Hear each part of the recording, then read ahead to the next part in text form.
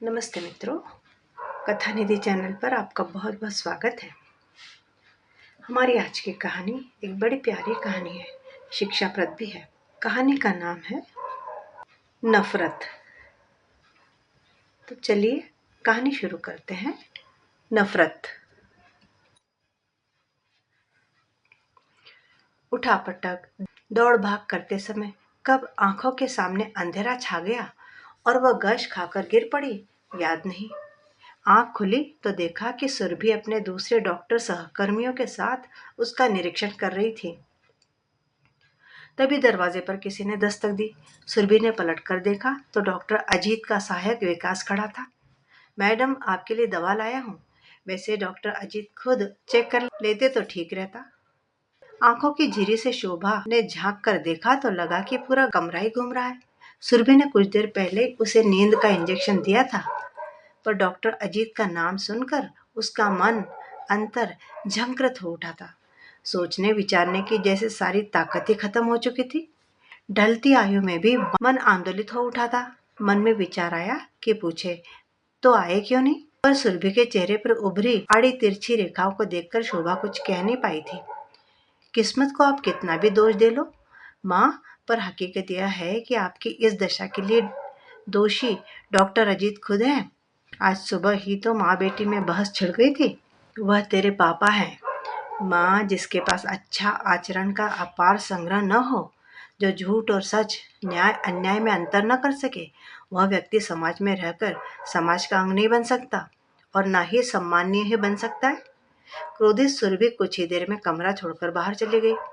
बेटी के जाने के बाद से उपजा एकांत और अकेलापन शुभा को उतना असहनीय नहीं लगा जितना हमेशा लगता था। एकांत में शांत पड़े रहना उसे अधिक सुविधाजनक लग रहा था। ख्यालों में सालों पुरानी वही तस्वीर साकार हो उठी, जिसके प्यार और सम्मोहन से बंधी वह पिता की देहरी लांग कर उसके साथ चली आई थी। उन दिनों वो M.Com फाइनल में थी। कॉलेज का सालाना आयोजन था। म्यूजिकल चेयर कंपटीशन में शोभा और अजीत आखिरी दो खिलाड़ी बचे थे। कुर्सी एक, उम्मीदवार दो। कभी शोभा की हथेली पर अजीत का हाथ पड़ जाता, कभी उसकी पीठ से अजीत का तेज धक्का टकरा जाता। जीत अजीत की ही हुई थी, लेकिन उस दिन के बाद से वे दोनों हर दिन मिलने लगे थे। इस मिलने मिलाने के सिलसिले में दोनों अच्छे दोस्त बन गए। धीरे धीरे प्यार का बीज भी अंकुरित हुआ तो प्रेम के आलोक ने दोनों के जीवन को उजास से भर दिया। अंतरजातीय विवाह के मुद्दे को लेकर परिवार में अच्छा खासा कलह छिड़ गया था, लेकिन बिना अपना नफा नुकसान सोचे शोभा भी अपनी ही जिद पर अड़ी रही। कोर्ट में रजिस्टर पर सिग्नेचर करते वक्त सिर्फ माँ पापा, अजीत और शोभा ही थे। इकलौती बेटी के ब्याह पर न बाजे बजे, न शहनाई, न बंधनवार सजे, न ही गीत गाए गए। विदाई की बेला में माँ ने रूंधे गले से इतना भर कहा था, सपने देखना बुरा नहीं होता बेटी, पर उन सपनों की सच के धरातल पर कोई भूमिका नहीं होती। बेटी, तेरे भावी जीवन के लिए बस यही कामना कर सकती हूँ कि जमीन की जिस सतह पर तूने कदम रखा है वह ठोस साबित हो। शादी के शुरुआती दिनों में सुंदर घर, सुंदर परिवार, प्रिय के मीठे बोल, यही पति पत्नी की कामना थी और यही प्राप्ति भी थी। शुरू में अजीत का साथ और उसके मीठे बोल बड़े अच्छे लगते थे, पर बाद में यही बोल किस्सा बन गए। शोभा को बात करने का ढंग नहीं है, पहनना ओढ़ना तो उसे आता ही नहीं है, सीने पे रोना का सलीका नहीं। दो कमरों के उस छोटे से फ्लैट को सजाते संवारते समय मन हर पल पति के कदमों की आहट को सुनने के लिए तरसता रहता। कुछ पकाते परोसते समय पति के मुंह से एक दो तारीफ के शब्द सुनने के लिए मन मचलता, लेकिन अजीत बात बात पर झिड़कते झल्लाते ही रहते थे।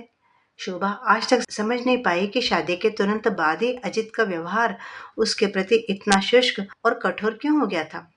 उसने तो अजित को मन, वचन और कर्म से अपनाया था। अजित के प्रति शोभा को कोई गिला शिकवा भी नहीं था। कई बार शोभा खुद से पूछती कि उसमें उसका कसूर क्या था, कि वह सुंदर थी, समझदार थी, लोगों के बीच जल्दी ही आकर्षण का केंद्र बन जाती थी, या उसकी दोस्ती सबसे हो जाती थी। वरना पत्नी के प्रति दुराव की क्षुद्र मानसिकता के मूल कारण क्या हो सकते थे। शरीर के रोगों को दूर करने वाले अजीत यह क्यों नहीं समझ पाए कि इंसान अपने मृदु और सरल व्यवहार से ही तो लोगों के बीच आकर्षण का केंद्र बनता है। दिन रात की नोकझोंक और चिड़चिड़ाहट से दुखी हो उठी थी शोभा। सोचा क्या रखा है इस घर गृहस्थी के झमेलों में। एक दिन अपनी डिग्रियां और सर्टिफिकेट निकाल कर अजीत से बोली, घर में बैठे बैठे मन नहीं लगता, क्यों न मैं कोई जॉब कर लूं। और यह घर गृहस्थी कौन संभालेगा। अजीत ने आंखें तरेरी, घर के काम तो चलते फिरते हो जाते हैं। दृढ़ता से शोभा ने कहा तो अजीत का स्वर धीमा पड़ गया। शोभा, घर से बाहर निकलोगी तो मुझे अच्छा नहीं लगेगा। क्यों? लापरवाही से पूछा था उसने। लोग न जाने तुम्हें कैसी कैसी नजरों से घूरेंगे। कितना प्यार करते हैं अजित उससे, यह सोचकर शोभा इतरा गई थी।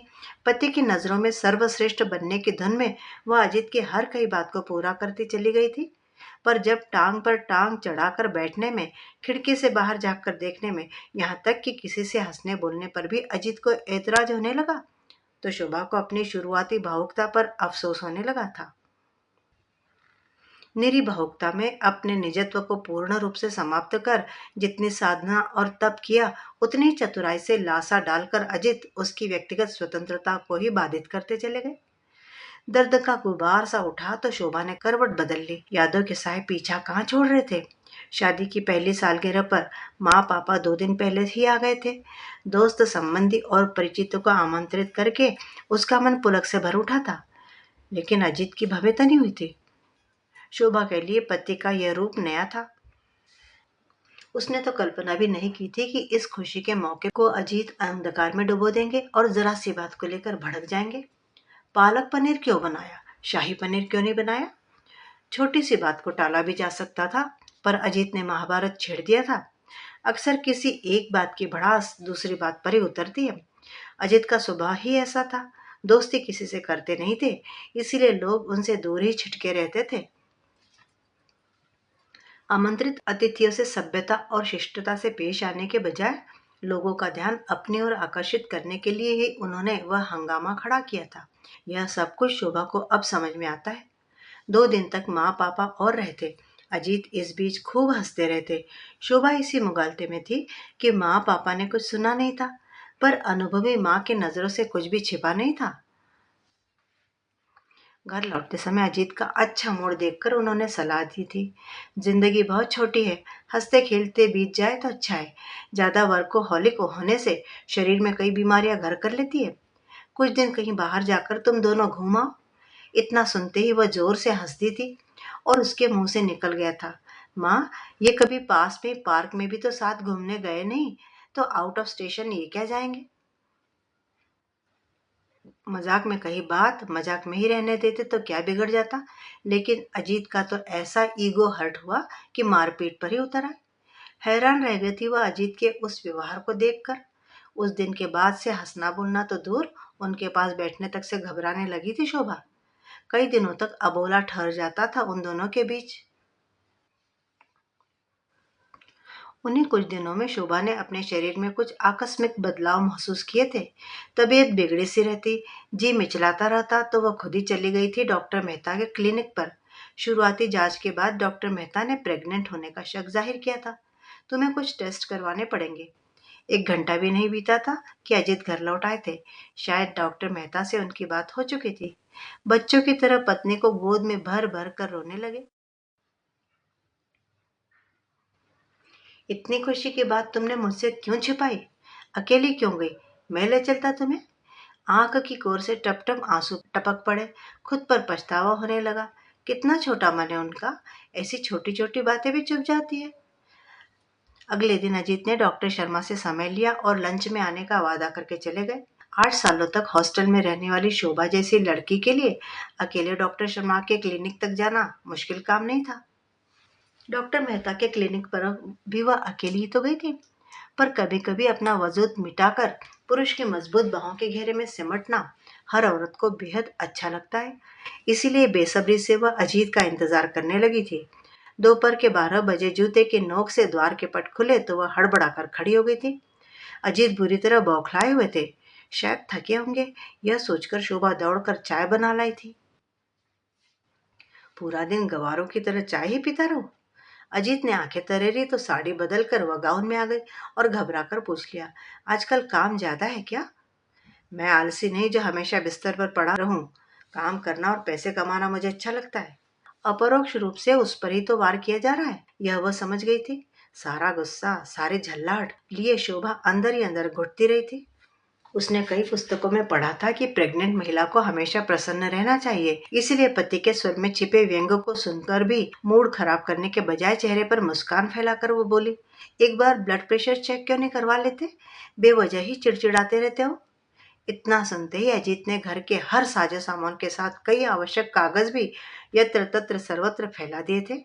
शोभा आज तक इस गुत्थी को सुलझा नहीं पाई कि क्या पति पत्नी का रिश्ता विश्वास पर नहीं टिका होना चाहिए। वह जहां जाती अजीत के साथ जाती, वह जैसा चाहते वैसा ही पहनती, ओढ़ती, पकाती, खाती, जहां कहते वही घूमने जाती। फिर भी वर्जनाओं की तलवार हमेशा क्यों उसके सिर पर लटकती रहती थी। अंकुश के कड़े चाबुक से हर समय पत्नी को साध कर रखते समय अजीत के मन में यह विचार क्यों नहीं आया कि जो पति अपनी पत्नी को हेय दृष्टि से देखता है, उस औरत के प्रति बेचारगी का भाव जतलाकर कई पुरुष गिद्धों की तरह उसके इर्द गिर्द मंडराने लगते हैं। इसमें दोष औरत का नहीं, पुरुष का ही होता है। यही तो हुआ था उस दिन भी। सुरभि के जन्मदिन की पार्टी पर वह अपने कॉलेज के दोस्त माया और उसके पति सुधीर के साथ चुटकुलों का मजा ले रही थी। माँ और पापा भी वहीं बैठे थे। पार्टी का समापन होते ही अजीत अपने असली रूप में आ गए थे। घबराहट से उनका पूरा शरीर पसीने पसीने हो गया। लोग उनके गुस्से को शांत करने का भरसक प्रयत्न कर रहे थे, पर अजीत अपना आपा ही खो चुके थे। 1 वर्ष की नन्ही सुरभि को जमीन पर पटकने ही वाले थे कि पापा ने सुरभि को अजीत के चंगुल से छुड़ाकर अपनी गोद में ले लिया था। मुझे तो लगता है कि अजीत मानसिक रोगी है, पापा ने माँ की ओर देखकर कहा था। यह क्या कह रहे हैं आप? अनुभवी माँ ने बात को संभालने की कोशिश की थी। यदि यह मानसिक रोगी नहीं तो फिर कोई नशा करता है, क्योंकि कोई सामान्य व्यक्ति ऐसा अभद्र व्यवहार कभी नहीं कर सकता। उस दिन सबके सामने खुद को अजीत ने बेहद बौना महसूस किया था। घुटन और अवहेलना के दौर से बार बार गुजरने के बाद भी अजीत के व्यवहार की चर्चा शोभा ने कभी किसी से नहीं की थी। कैसे कहती? रस्म रिवाज के सारे बंधन तोड़कर उसने खुद ही तो अजीत के साथ प्रेम विवाह किया था। पर उस दिन तो मम्मी और पापा दोनों ने स्वयं अपनी आंखों से देखा, कानों से सुना था। पापा ने साथ चलने के लिए कहा तो वो चुपचाप उनके साथ चली गई थी। सोचती थी अकेलापन महसूस होगा तो खुद ही अजीत आकर लिवा ले जाएंगे, पर ऐसा मौका कहाँ आया था। उसके कान पैरों की पदचाप और दरवाजे की खटखट सुनने को तरसते ही रह गए थे। सुरभि पापा कहना सीख गई थी। हुलस कर शोभा ने बेटी को अपने आंचल में छिपा लिया था। दुलारते पुचकारते समय खुशी का आवेग उसकी नसों में बहने लगा और अजीब तरह का उत्साह मन में हिलोरे भरने लगा। कब तक यूं हाथ पर हाथ धर कर बैठी रहेगी? अभी तो सुरभि छोटी है, उसे किसी भी बात की समझ नहीं है, लेकिन धीरे धीरे जब बड़ी होगी तो हो सकता है कि मुझसे कई प्रकार के सवाल पूछे, कुछ ऐसे सवाल जिनका जवाब देने में भी मुझे शर्मिंदा होना पड़े। घर में बिना किसी से कुछ कहे वह अजीत की माँ के चौक वाले घर में पहुंच गई थी। पूरे सम्मान के साथ अजीत की माँ ने शोभा को गले लगा लिया था, बल्कि अपने घर आकर रहने के लिए भी कहा था। लेकिन बातों ही बातों में इतना भी बता दिया था कि अजीत अमेरिका चला गया है और जाते समय यह कह गया है कि वह शोभा के साथ भविष्य में कोई रिश्ता नहीं रखना चाहता है। शोभा ने संयत स्वर में इतना ही पूछा था, मम्मी जी, यह सब इतनी जल्दी हुआ कैसे? अजीत के ऑफिस की एक सहकर्मी है, पूजा, उसी ने स्पॉन्सर किया है। हमेशा कहता था, मन उचट गया है, दूर जाना है, कहीं दूर।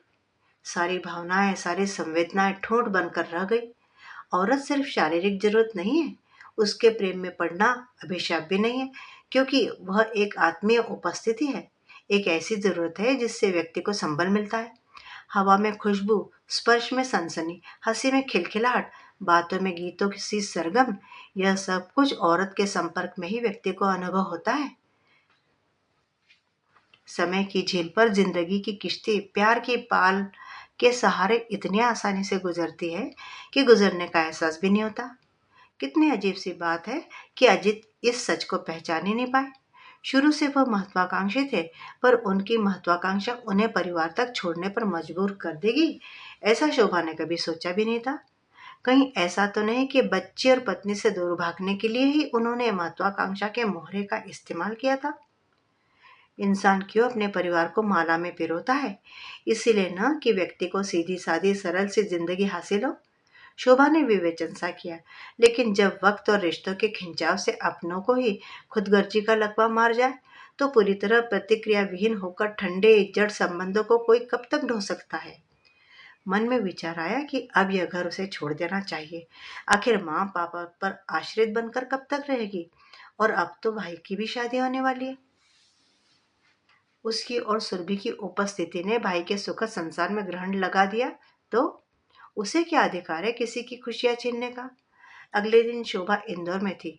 सोचा कि इस शहर में अकेली कैसे रह सकेगी, लेकिन फौरन ही मन ने निश्चय किया कि उसे अपनी बेटी के लिए जीना ही होगा।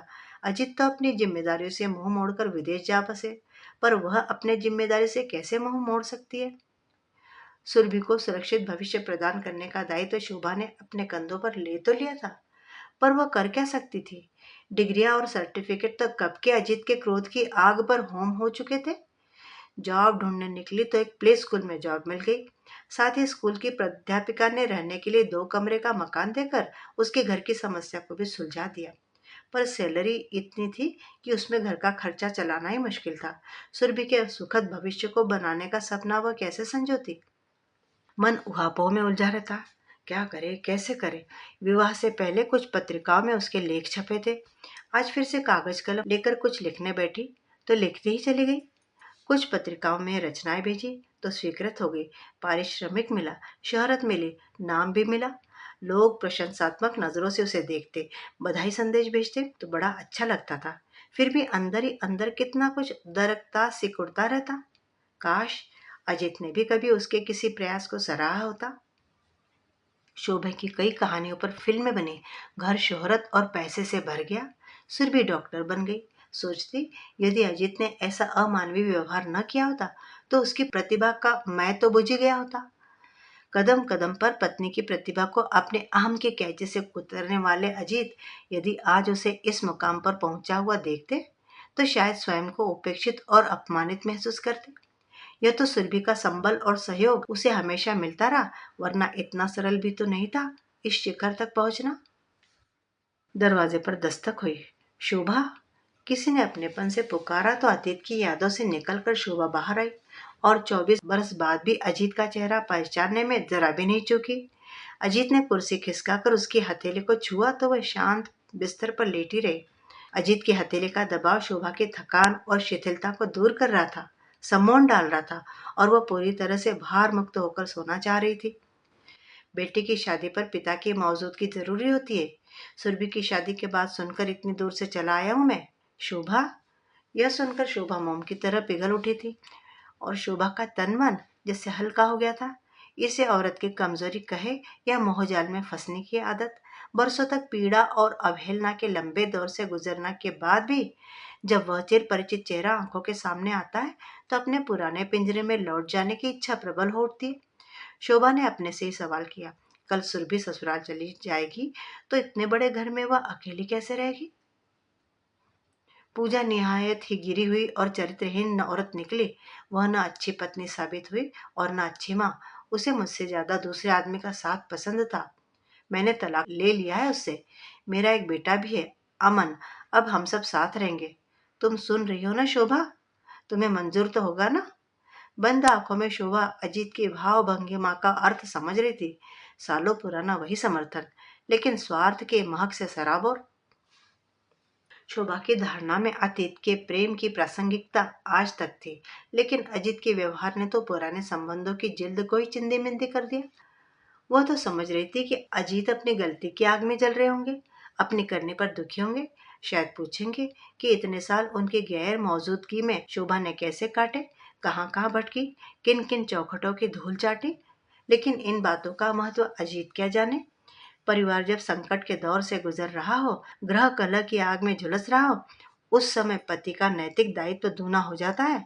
लेकिन अजित ने ऐसे समय में अपने विवेक का संतुलन ही खो दिया था। अब भी उनका यह स्पर्श उसे सहजने के लिए नहीं, बल्कि अपनी मांग और उसकी पूर्ति के लिए किया गया है।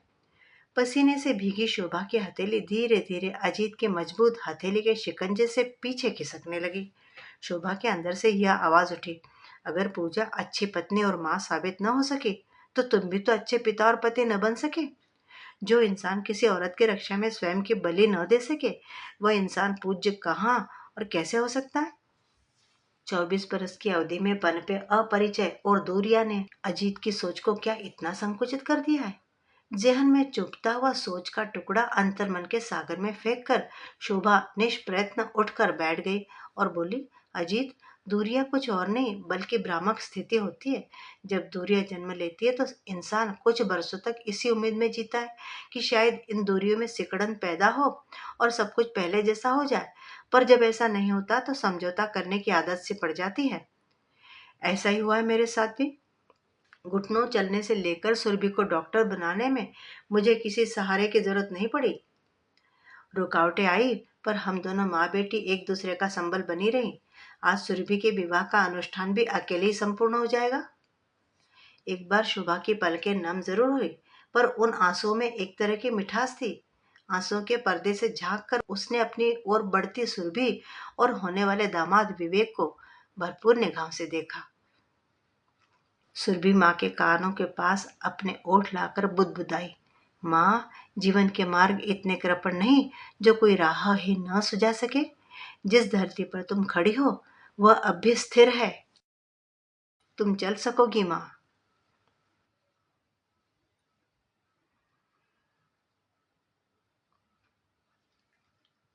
मित्रों, अभी आप सुन रहे थे कहानी नफरत। उम्मीद करती हूँ कि कहानी आपको अच्छी लगी होगी। लाइक और शेयर जरूर कीजिएगा। कहानी के बारे में अपना विचार भी कमेंट बॉक्स में जरूर लिखिएगा। साथ ही अगर चैनल पे आप पहली बार आए हैं तो चैनल को सब्सक्राइब भी जरूर कर लीजिएगा। कहानी सुनने के लिए बहुत बहुत धन्यवाद। आपका दिन शुभ हो।